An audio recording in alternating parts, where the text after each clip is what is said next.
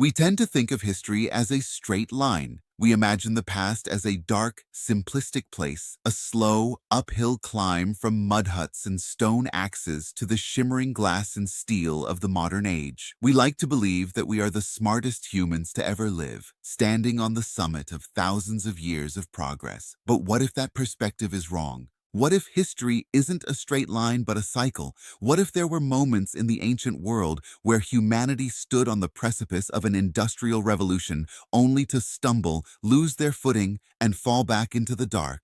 Today, we are going to look at the inventions that shouldn't exist. We are going to explore the forgotten technologies of the ancient world, machinery, materials, and concepts that were so advanced they would have been considered impossible for the people who used them. From computers made of bronze to engines powered by steam, these are the lost blueprints of our ancestors. Our first stop takes us to the year 1901, off the coast of a tiny, windswept island in the Aegean Sea. Sponge divers were exploring a shipwreck when they pulled up a lump of corroded, calcified bronze. It looked like nothing, just a piece of junk. But when archaeologists cleaned it, they realized they were looking at the greatest scientific discovery in history. It was the Antikythera mechanism. Imagine a clock. Now imagine that clock was built not in the 18th century, but around 150 BCE. This device was a complex system of at least 30 intricate bronze gears housed in a wooden box.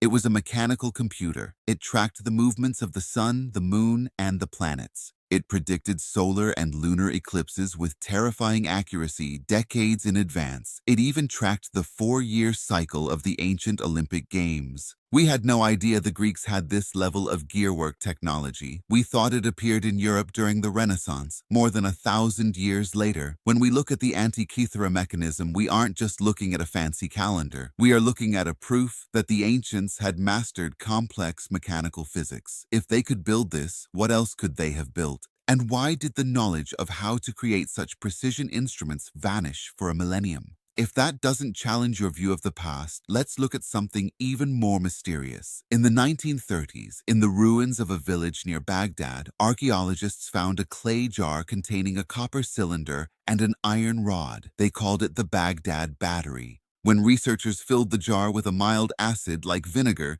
it generated a small electric current.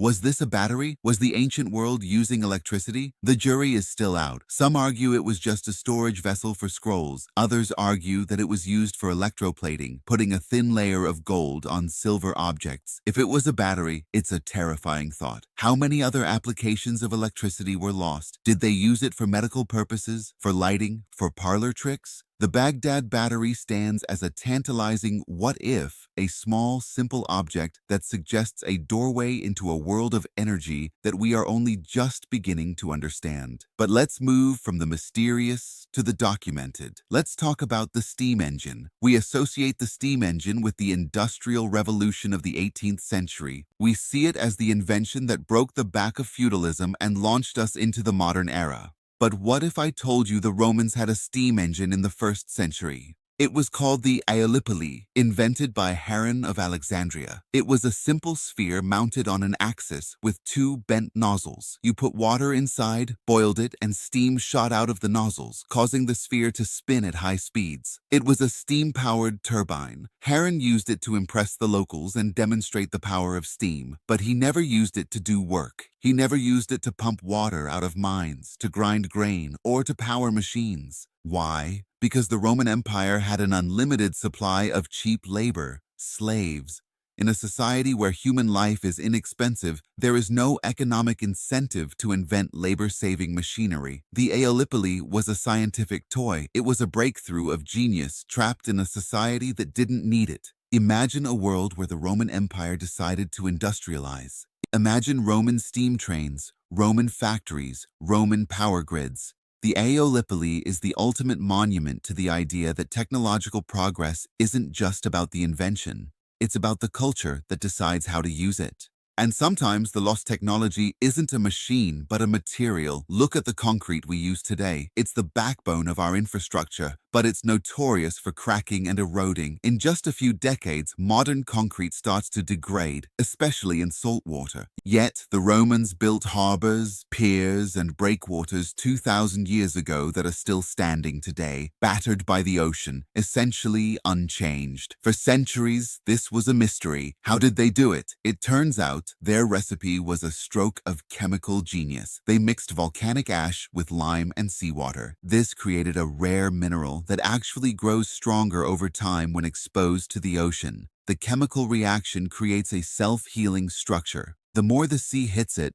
the tighter the concrete becomes. We are only now, in the 21st century, trying to reverse engineer Roman concrete to build more durable cities. They weren't just building for the day, they were building for eternity. And then there is the legend of Damascus steel. During the Crusades, European knights encountered swords from the Middle East that were unlike anything they had ever seen. These blades were so sharp they could slice a silk scarf in midair, yet so flexible they could be bent 90 degrees without breaking. They had a distinctive watered pattern on the surface. For a long time, the secret to making this steel was lost. Modern metallurgists have spent decades trying to replicate it. Some studies have even found evidence of carbon nanotubes, the cutting edge of modern materials science, embedded in the structure of these ancient blades. How did 12th century blacksmiths create nanotechnology in a forge? It remains a subject of intense debate,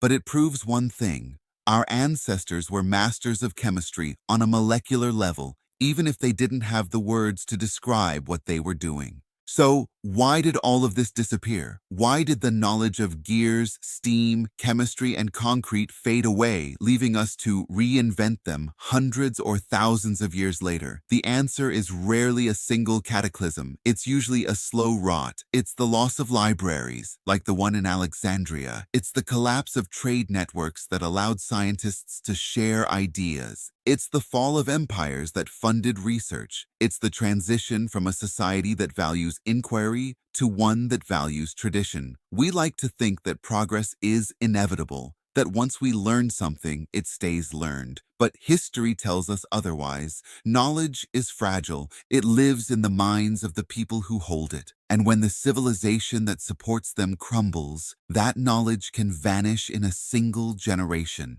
These forgotten inventions aren't just curiosities, they are warnings. They are reminders that we aren't the first humans to stand at the peak of genius. We are the survivors of a long, often broken tradition of human curiosity. We stand on the shoulders of giants, but we also walk on the graves of their lost breakthroughs. Maybe that's the most humbling lesson of the ancient world. We aren't necessarily the masters of the future. We are just the current stewards of human history.